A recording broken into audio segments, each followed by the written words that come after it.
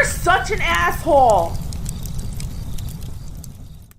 All right, so we have kind of maybe good internet. You never know. You never know. So let me do all this. Hopefully, with my boomer technology, we got this all working.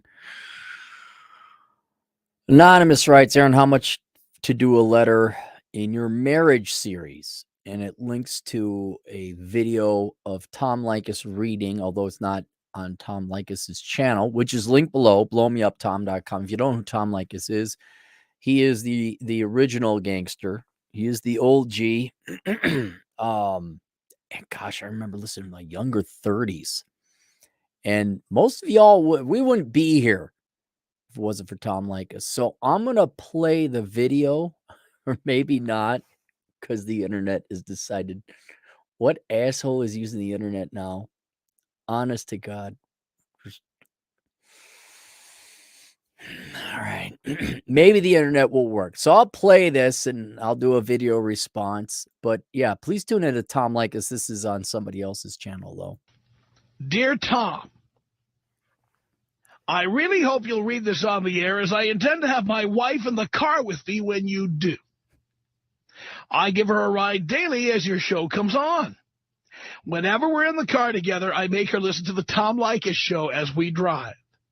As plainly and articulately as you present your principles, they still, after 3 years, are not sinking in for her. She simply does not think that any universal truths apply to her. Please keep in mind that this is the only letter I have ever written to any on-air radio personality. Not only did I finally feel I had something truly important to offer, I also realized that you, Tom, are the one and only possible person to read this letter to the world. Sign the Unabomber. No. Just have to pause it here and there because you never know with the YouTubes and everything. I also feel that this may be the single best letter you will ever read on the air, and that it may provide useful perspective and insight for a lot of people, male and female. I think it will become clear what I do for a living based upon the content read here. An open letter to my wife. I will remain anonymous to avoid legal ramifications. I will also deny authorship. However, as this letter unfolds, you will no doubt wonder if I am, in fact, the author. Well, who else would be the author except the person who wrote it? Excuse me. I'm writing an anonymous letter. Could you ghostwrite an anonymous letter for me? Hey, guys, let me know. One, if the internet is working. 0 if you can't hear it. Because I swear to God, some ass, I thought it'd be late at night. I thought I'd be uninterrupted. And I just, we're good. Okay, thank you, guys. I really appreciate it. Thank you very much. We'll keep playing. I'll send it in, and then they'll wonder whether I wrote it or somebody else wrote it. He says, call me Paul. Now, here's the open letter to his wife. Honey, we have been married for over 3 years now. I am filing for legal separation today. After reassessing my feelings for you and taking a thorough inventory of our relationship, I have decided that it's time to man up, grow a set of testicles, and cut you from my life like the malignant tumor that you are. There we go. I think some of the things that we've had common in the previous cases is the men when it just went too long. I cannot emphasize this enough. This is not me, by the way. Tom would always say, there's the door. Tom has been married 3 times, I believe.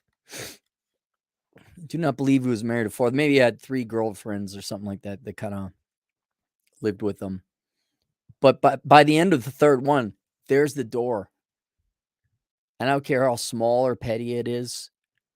If there's the slightest bit of disrespect, if there's any unacceptable behavior, there's really, it's the, oh, we got to talk. No.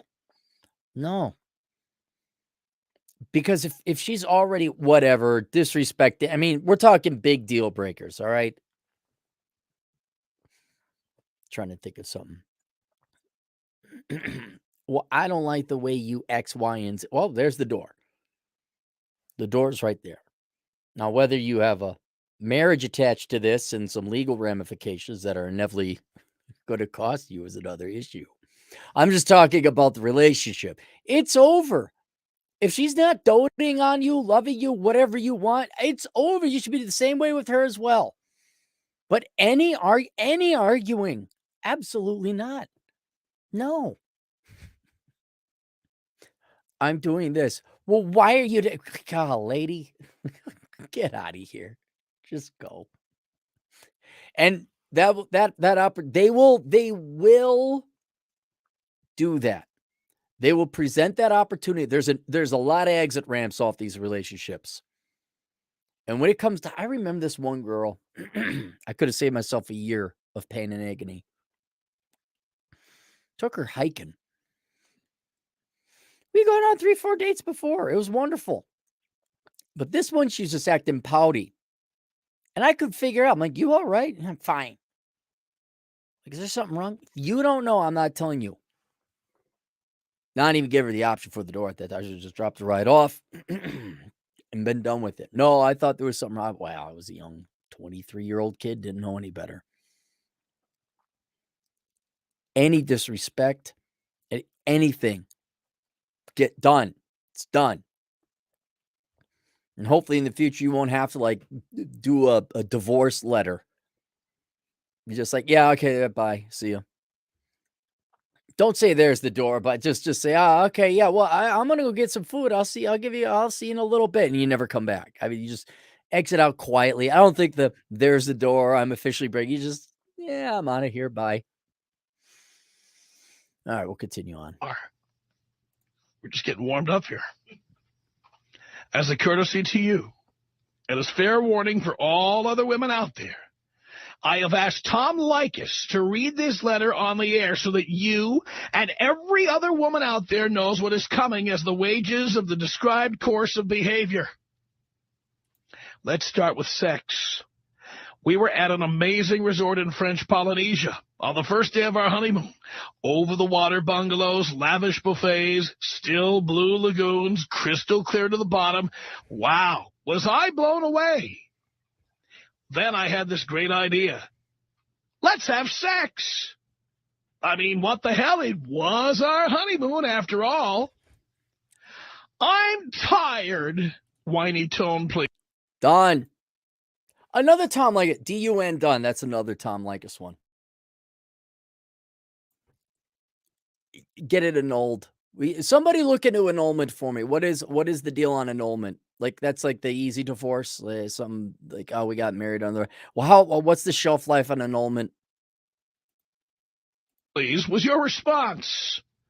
Yeah, but it's our honeymoon. We're in paradise, for crying out loud. Let's get it on. She said, I guess I have to.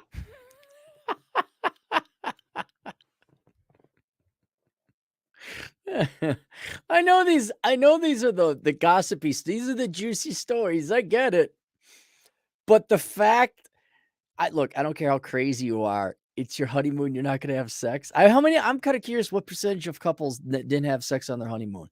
Hang on. Can we look that up? I wonder if there's even any data on it. What percent of couples didn't have sex on honeymoon?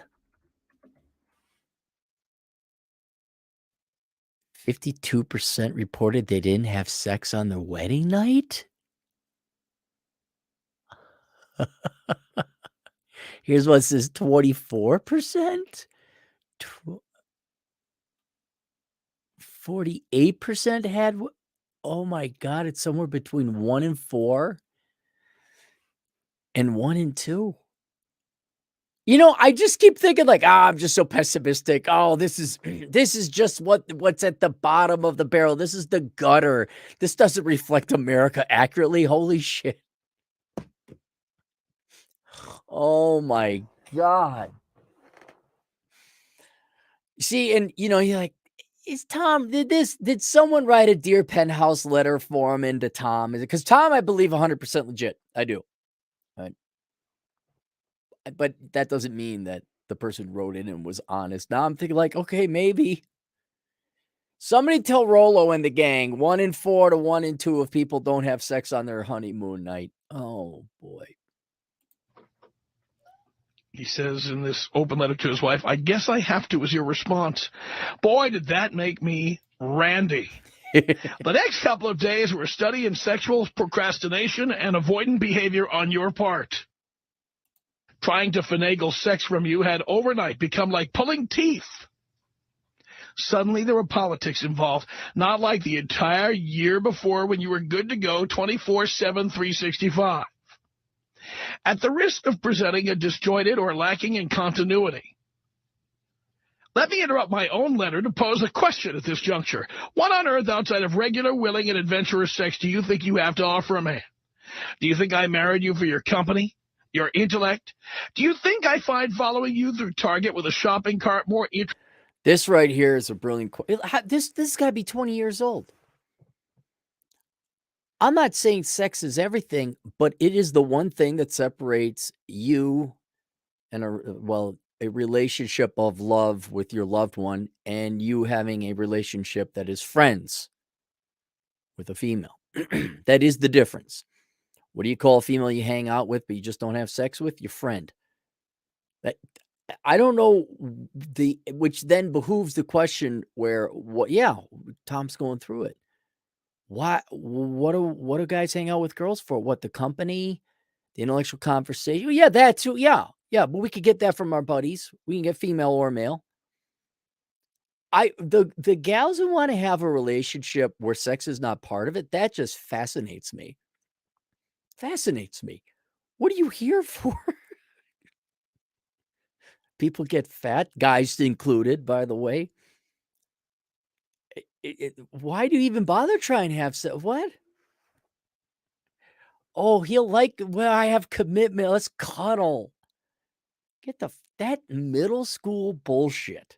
Didn't fly then and ain't flying now. Although I guess you guys allow it to fly. I guess you guys do allow it to fly. Remember that in middle school? That's what it is in middle school or high school. Even high school, some of you got laid. I didn't. I remember at least college or after there was sex involved. A relationship without sex, that's like middle school bullshit. That's just all for the girl. Fuck no. And assuming this isn't a Dear Penthouse 4, which 1 in 2 to 1 in 4 people don't have sex on their honeymoon. Just when I think, oh no, yeah, here's the data. Oh yeah, I guess I wasn't pessimistic enough. Interesting than kicking back with my male friends? Do you think you have a single insight into politics, philosophy, religion, life, sports, finance, or general trivia that has ever shed a single photon of illumination upon my perspective? You do not.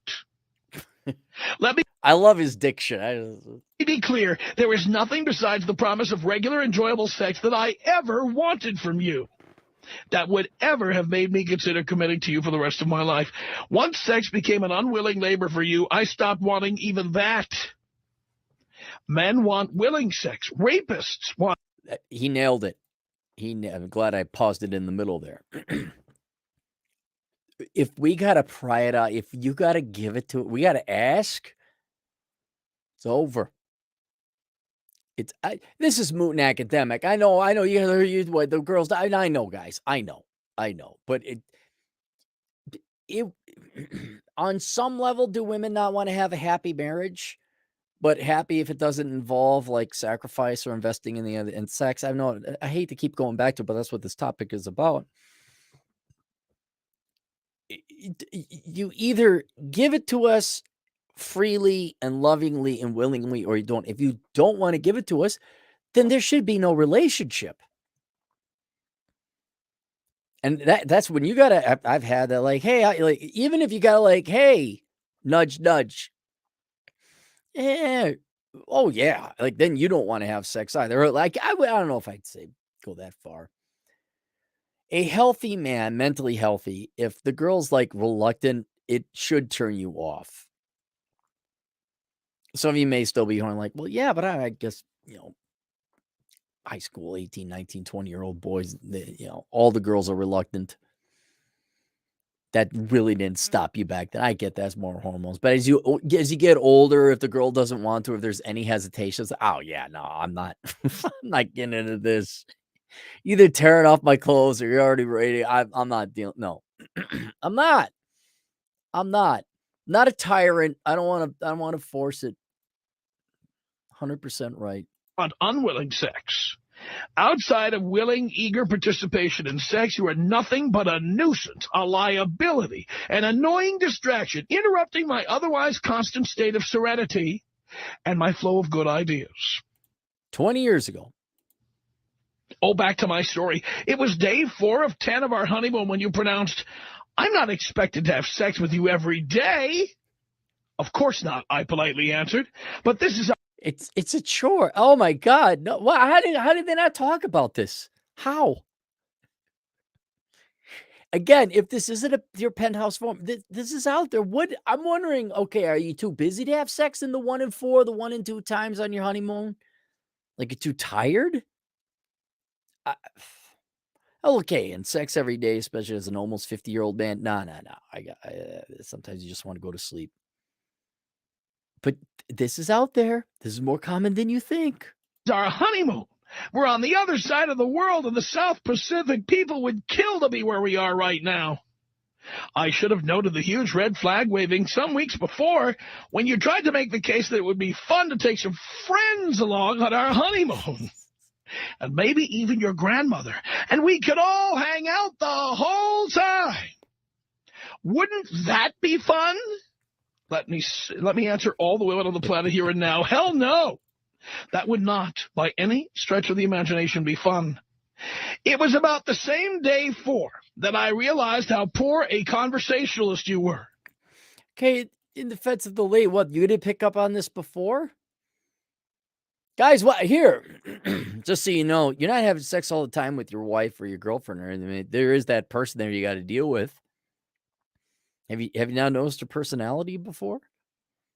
I also would think that along with the sex comes the flirtation and the fun, and then like she wants to dote on you and just be feminine.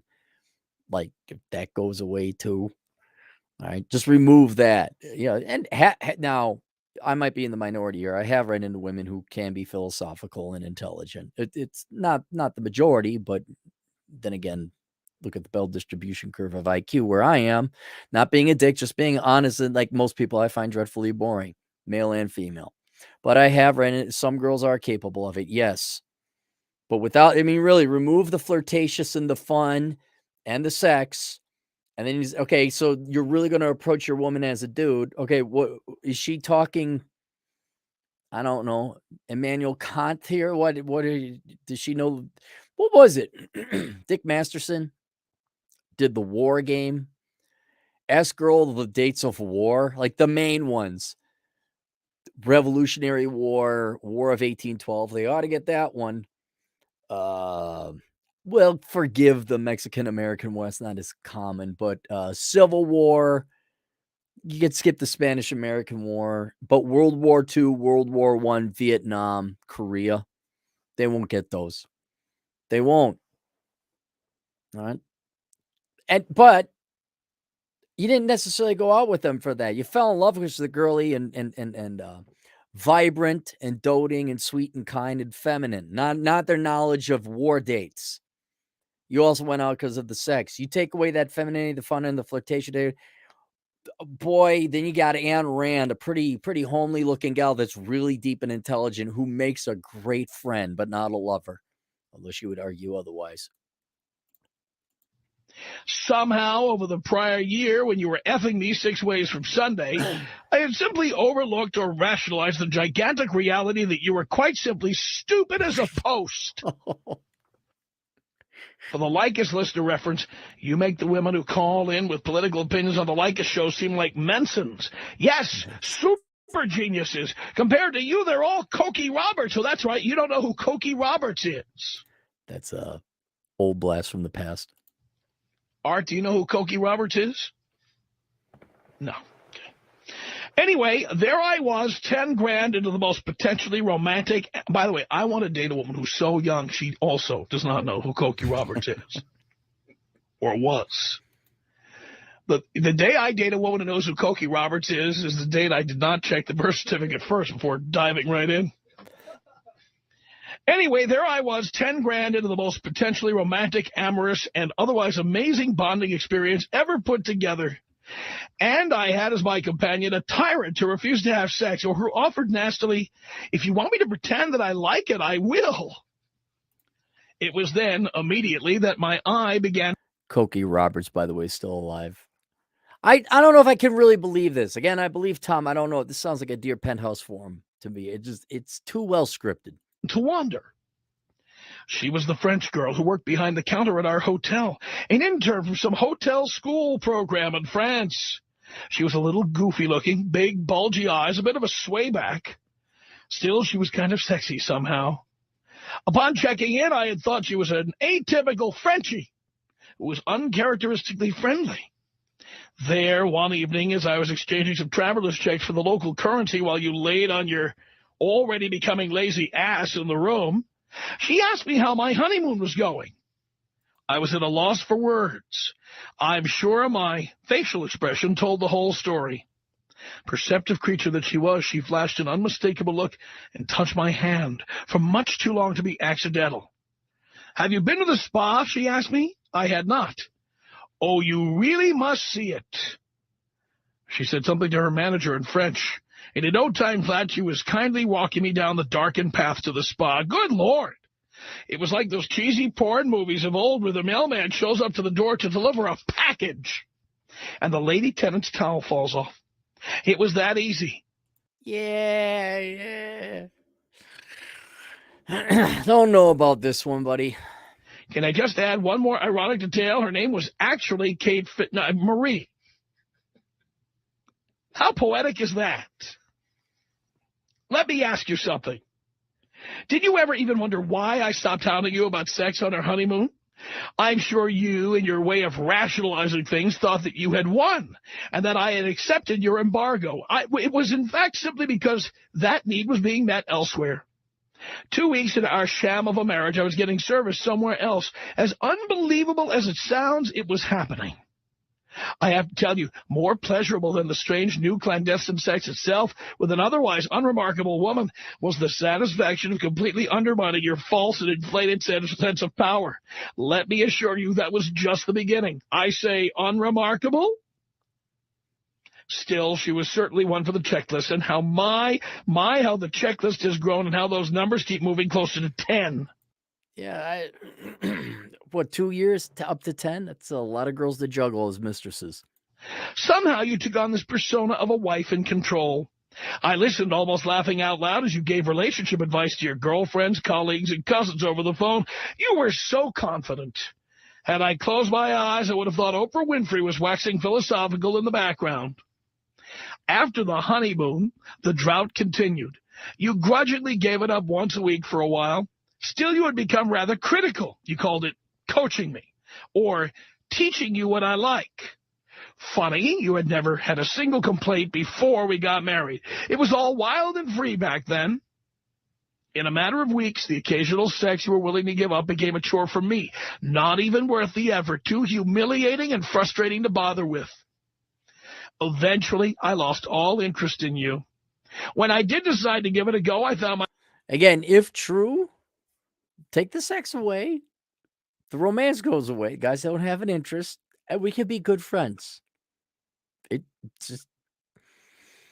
I know you guys know this. I know this. I would love it if we had...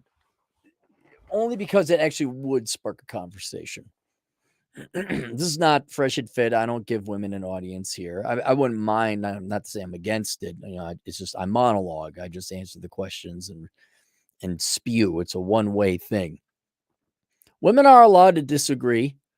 I'd love to hear the argument in the case for a sexless marriage. I'd love to hear it. You give me and explain to me how that's different than friends. You explain that to me. I guess friends like each other. Marriage people don't. I don't know. Myself having to conjure up all sorts of visions of all sorts of illicit encounters in order to be able to perform for you. Contrast, I was having no difficulty whatsoever outside the marriage. Eventually, I was able to use the excitement of my extramarital affairs to conjure up some grudging wood for you. Let me be clear, so that the memories can start to click back into place for you. I have tagged, slept with, and had trysts with almost every restaurant hostess with whom you have ever thought I was too friendly. I don't know. It's your penthouse room. The guy paid good money for me to sit here. I got to listen. This is my time on, but again, Tom probably like, oh, this is the Dear Penthouse, but he'll read it. Someone wrote it in. I have followed up on every counter girl, every book clerk, every sales assistant, every masseuse and apprentice, even the parts girl at the car dealership, and yes, one of your very own girlfriends. Everyone who ever gave that knowing flash, that tacit go-ahead. I have gone back later. I have talked to them. I have closed the deal with more of them than I ever would have thought possible in my wildest dreams.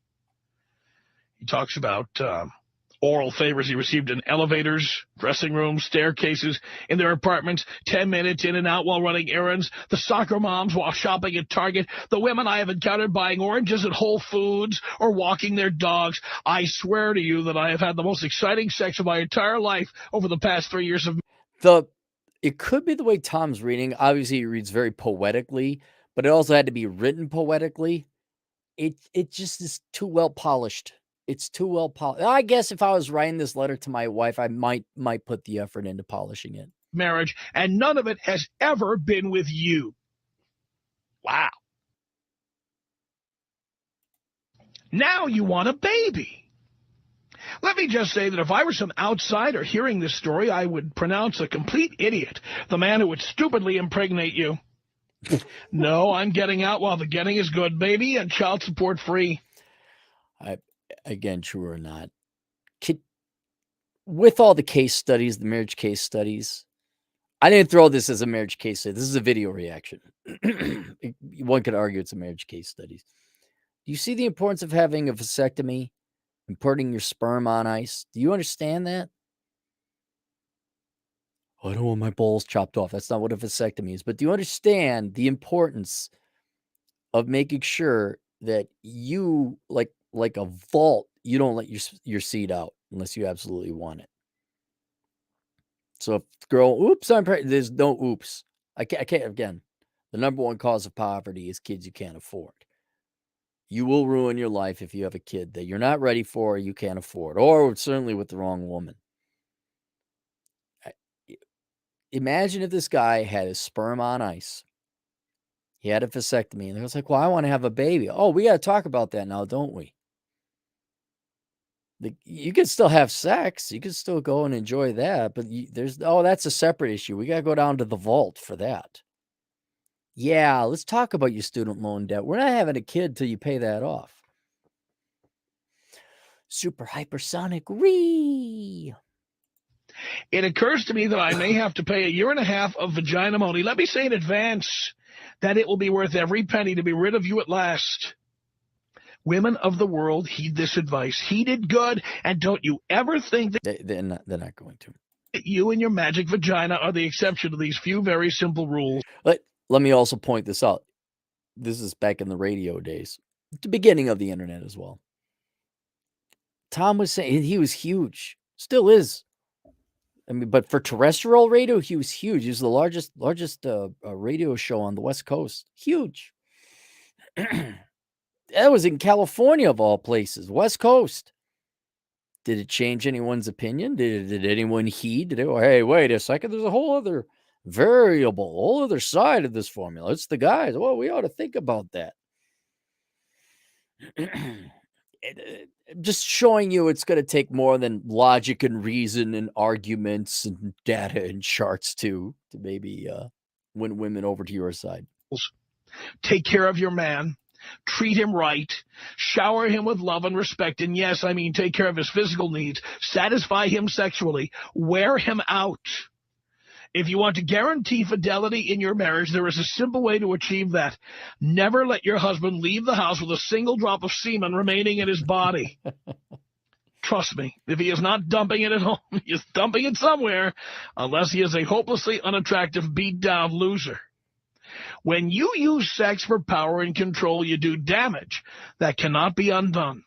When you withhold sex and affection from your husband, you drive a wedge between you and your man. Not only that, you drive him elsewhere to get his needs met.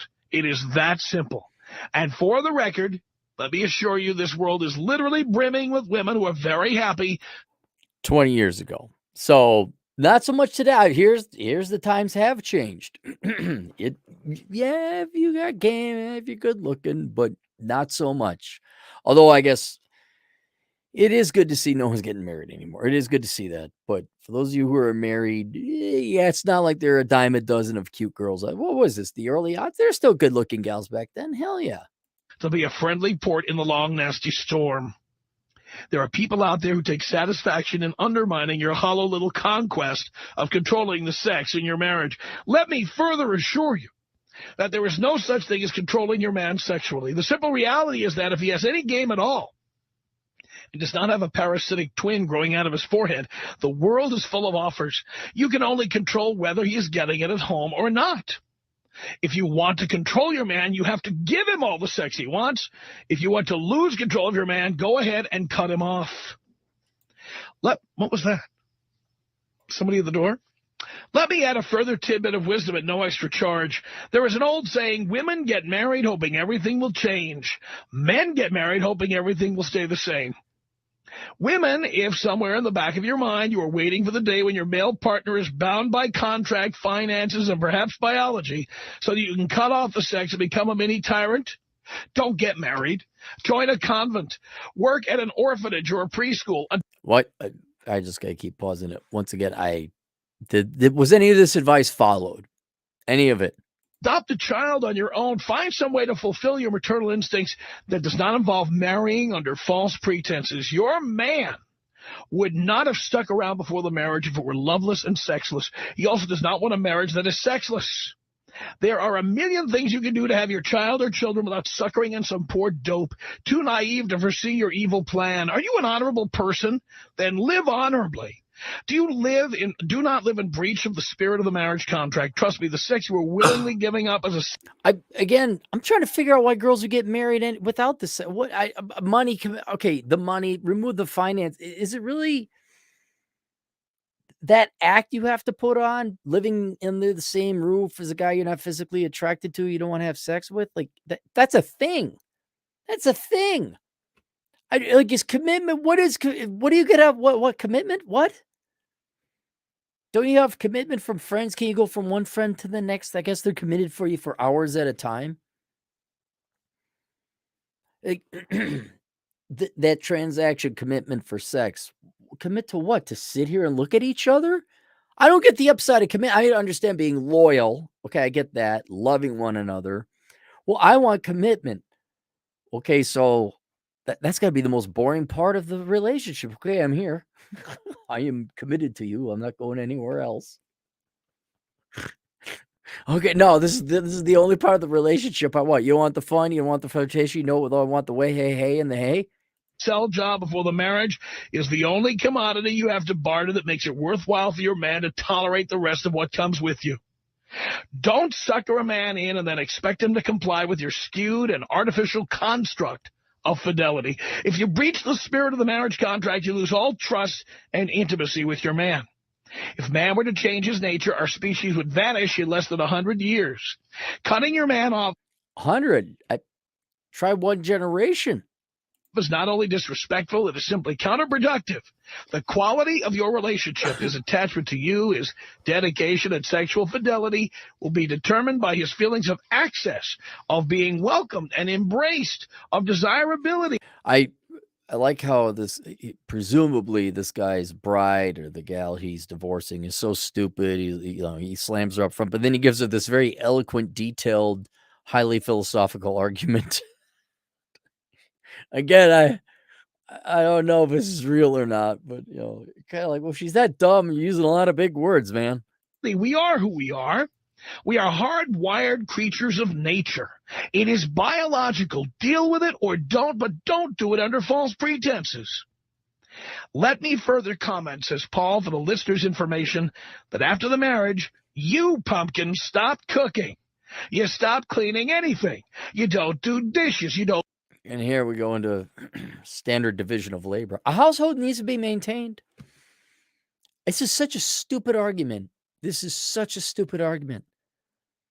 I don't know why there's any articles written about chores. I don't. I don't know why girls are complaining about chores unless your significant other legitimately does nothing outside of the house. Like he doesn't fix the cars. He doesn't keep the water heater going. He doesn't mow the yard or whack the weeds, fix the house. Like if he's legit just doing nothing, okay, you got the right to complain. But I have yet to, oh my God, he doesn't do his dishes. He doesn't do this thing inside. Did you mention anything outside of the house? Did you mention anything in the garage?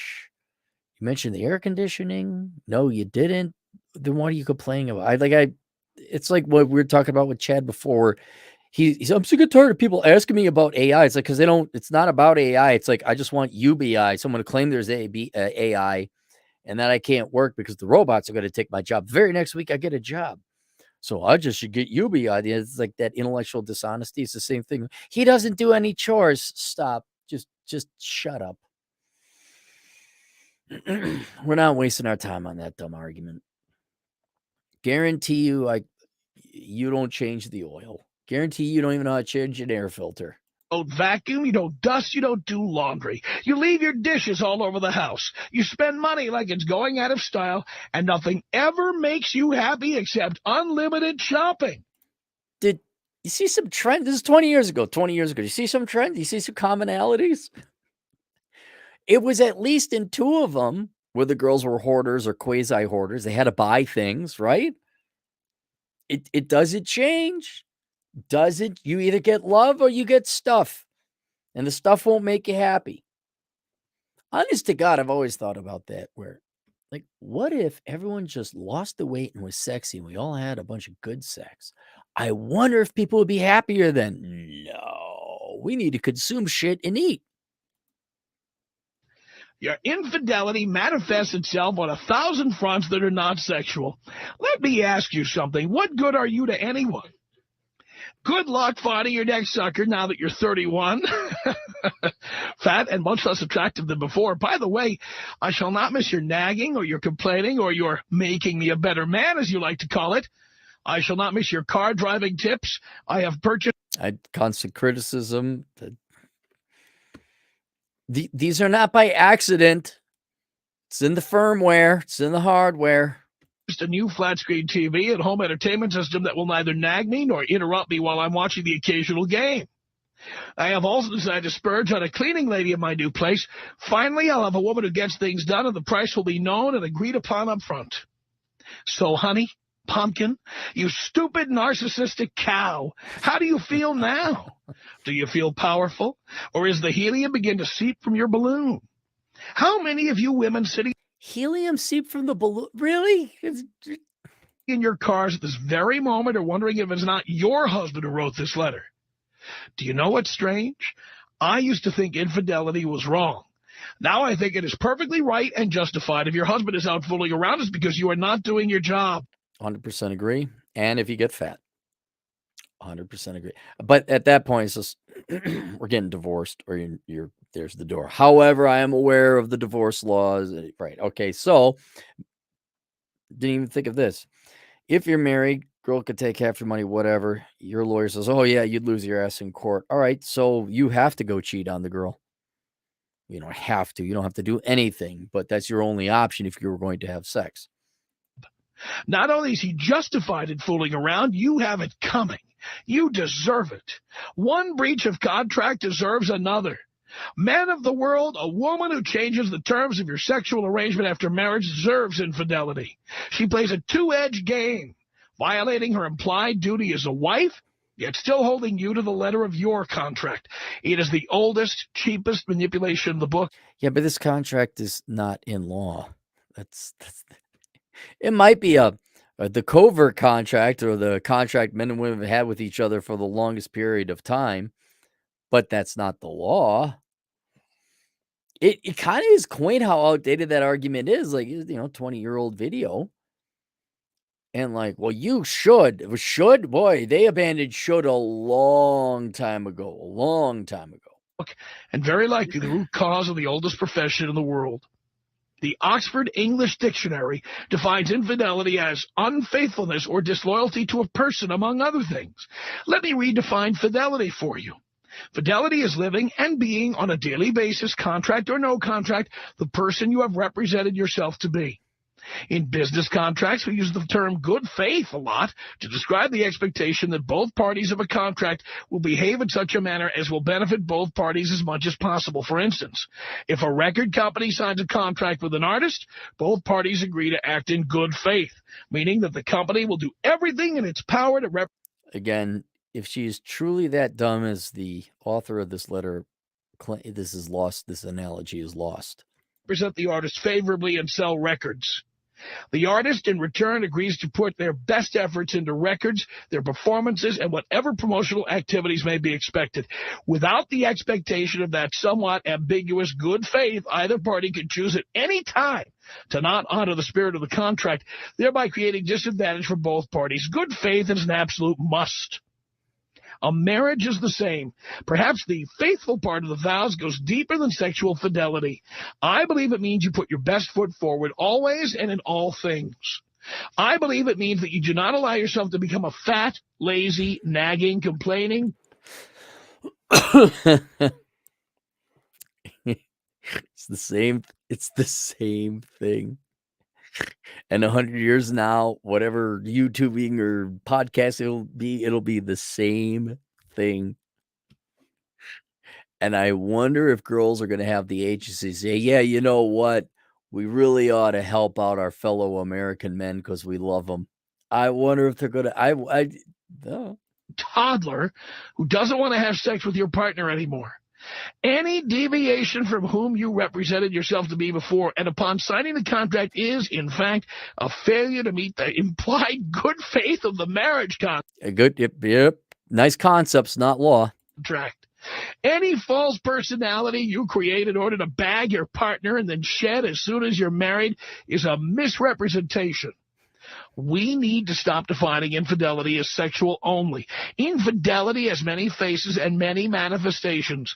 When you stop trying as a partner or decide to renege on what you previously offered, you are, in fact, being disloyal, unfaithful, and false to your partner. The idea that unfaithfulness is physical via the sex act only is a semantic game we need to no longer play. Husbands need to start calling their wives on it. I would go so far as to say that prenups need to include specifics as to sexual frequency, sexual behavior, including attitude. And by that time, if you got to make, it's not fun. It's what, by law, they got to have sex a certain, I'm not turned on like that.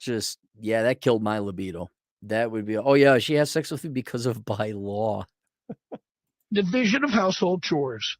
By the way, let me agree with Tom that when you as a man do chores in the house, you emasculate yourself. You do not get more sex, you get less. You also get less respect. After all has been said and done, it may surprise you all to know that in my humble opinion, most men don't fool around because of the sex itself. It's really about the validation, the feelings of being wanted and valued.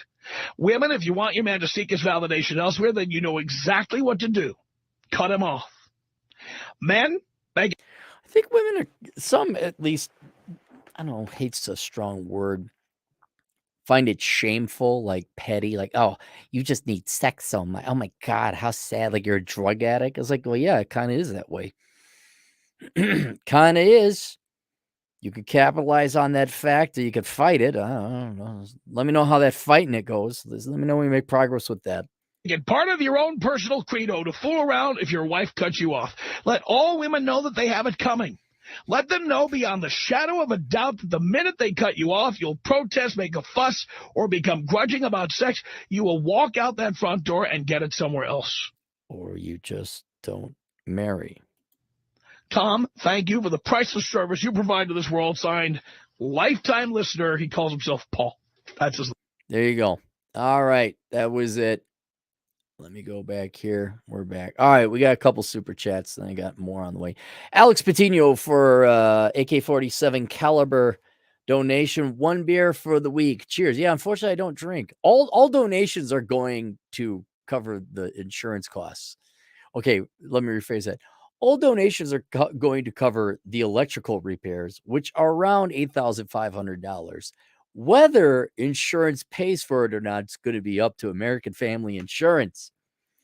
Nonstop Dre, $2. Can't believe he tolerates disrespect from Vincent. No, I don't care what Vince says about me. Abadel Lawrence, €5. Tom Leykis got my mind right after a breakup in 2015. I'm a military veteran because of him and you. Good. Glad you did that. Well, you must have been listening to Tom a while ago. Tom was kind enough to promote my book. Now, of course, I paid him, but his rates were very reasonable and fair. If you're looking to advertise, he still had blowmeuptom.com. I think he's more in kind of like a retirement pattern. Like he's got more money than God. He doesn't need the money. I think he just does it for fun. Kaiser Flash, $10. Even after sending my ex over $1,500 a month, I still have money left over at the end of the month. When I was married, I was constantly broke. It is not, in fact, cheaper to keep her. You make an outstanding point, Kaiser. If she's there, you're right. I had a buddy. He was making good money. His wife was making good money, and they had no money. Had a ton of stuff in the basement, but they had no money. He broke up with her. I think he found like $6,000 a month extra that she was just pissing away. That is an outstanding point, Kaiser. All right, more on the way. I'll see you guys in a bit. Toodles.